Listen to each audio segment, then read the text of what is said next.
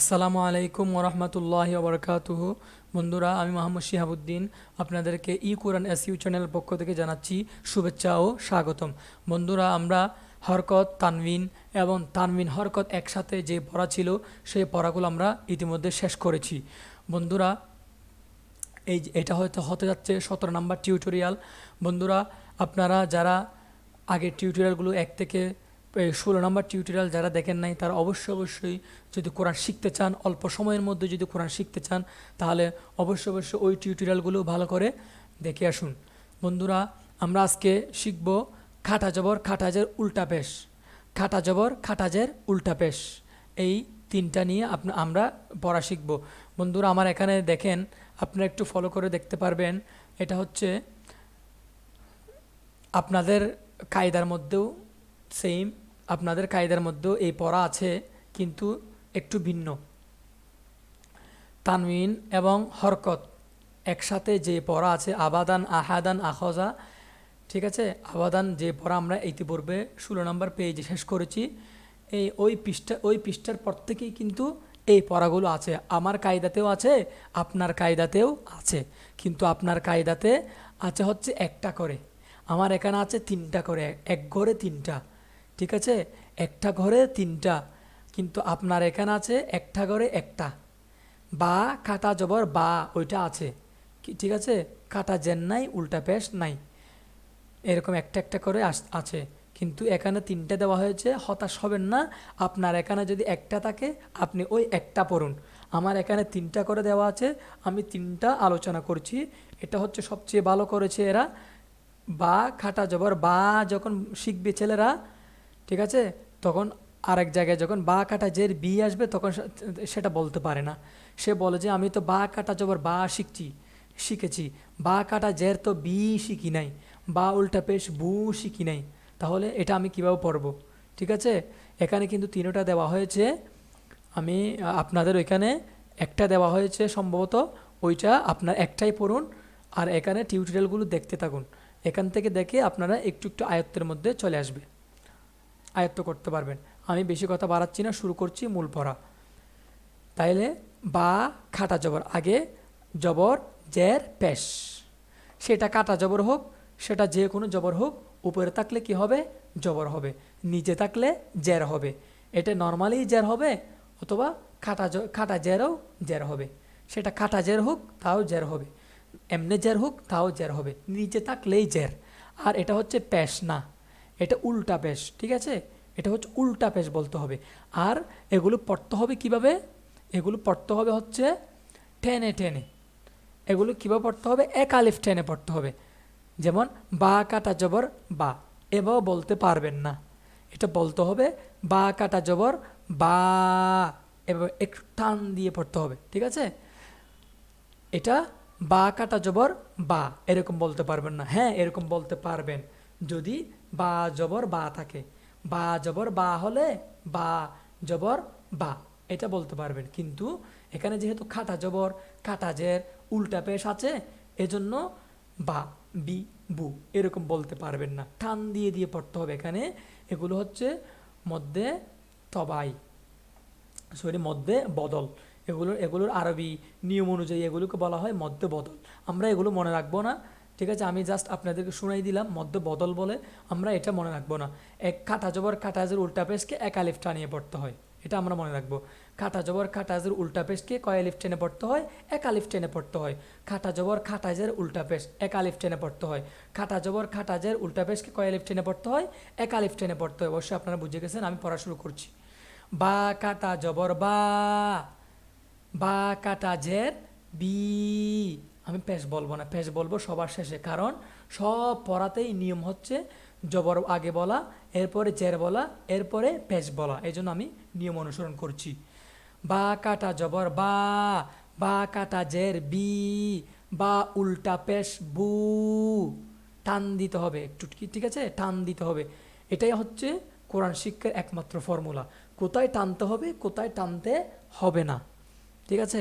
বা কাটা জবর বা, বা কাটা জের বি, বা উল্টা পেশ বু, অর্থাৎ আমরা 3টা পড়ে ফেললাম, ঠিক আছে, এখানে 3টা হয়ে গেল এবং আমার 3টাকে একসাথে বলবো। বা, রিডিং পড়তেছি আমি এখন, রিডিং। বা, বি, বু, এই বাকে নিয়ে 3টা হচ্ছে।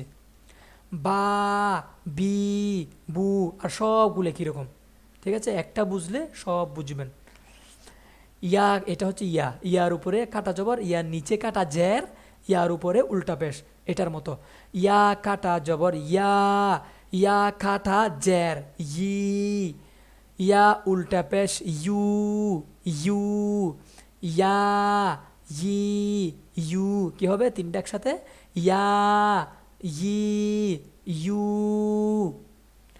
এবার রতে আসি, র সেম, রর উপরে খাটা জবর আছে, এরপর নিচে খাটা জের আছে, উপরে উল্টা পেশ আছে। র খাটা জবর র, র খাটা জের রি, র উল্টা পেশ রু, র, রি, রু। টানতে হবে, এটা মনে রাখতে হবে, টানতে হবে। খাটা জের, খাটা জবর, খাটা জের, উল্টা পেশকে এক আলিফ টানিয়ে পড়তে হয়।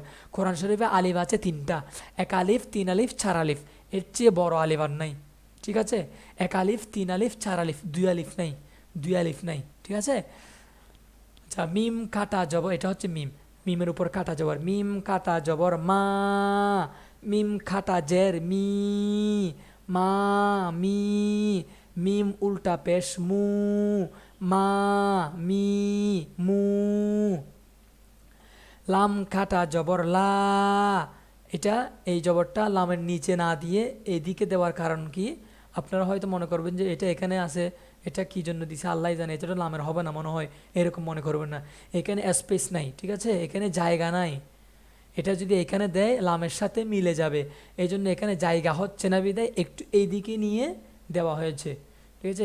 এটার জন্য কনফিউজ হবেন না, এটা মনে করতে হবে লামের, লামের নিচে দেওয়া হয়েছে, ঠিক আছে। আচ্ছা, লাম কাটা জের লি, লাম উল্টা পেশ লু, লা, লি, লু।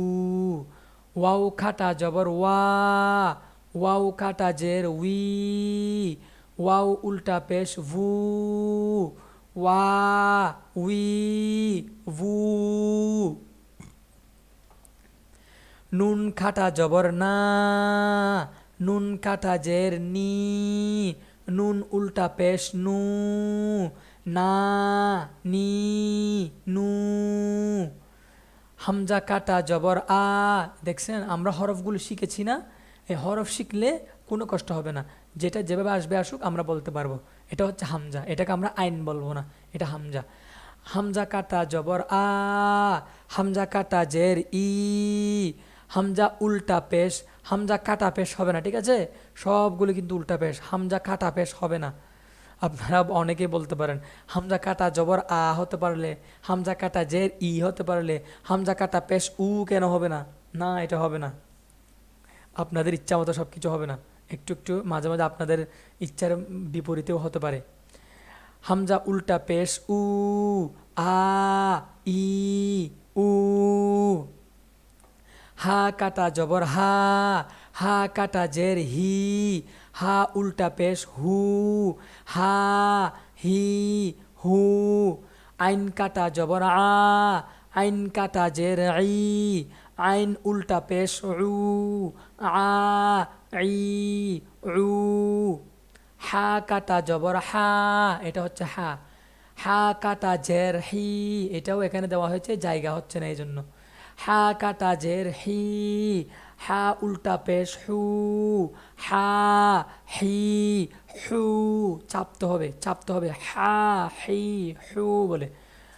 গয়ন, এটা হচ্ছে কি গয়ন, গয়ন এখানে দেওয়া হয়েছে, উপরে দেওয়া হয়নি কেন, জায়গা নাই এই জন্য, এটাও জায়গা নাই এই জন্য, এখানেও জায়গা নাই এই জন্য, ঠিক আছে। তাইলে এটা জবর হবে।